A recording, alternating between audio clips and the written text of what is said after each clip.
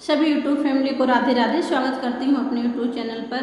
आप लोगों के बीच एक बहुत ही सुंदर, बहुत ही प्यारा कजरी गीत लेकर के आई हूँ।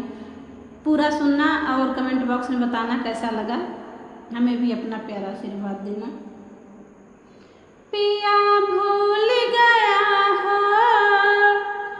पिया भूल गया परदेसवा जाई के, असरा धराई के नाय। पिया भूल गया परदेसवा जाई के, असरा धराई के नाय, असरा धराई के नाय।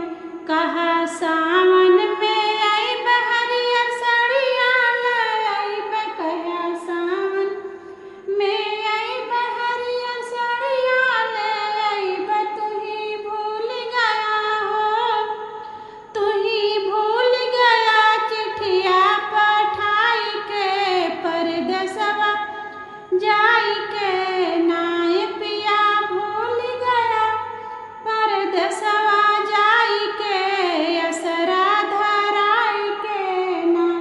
पिया भूल गया परदेसवा जाई के, असरा धराई के नाय। आई सावनी बहार झूला पड़ डाल डाल, आई सावनी बहार झूला पड़ डाल डाल, झूला पड़ डाल डाल, झूला पड़ डाल डाल। सखियाँ झूल रही, सखियाँ झूल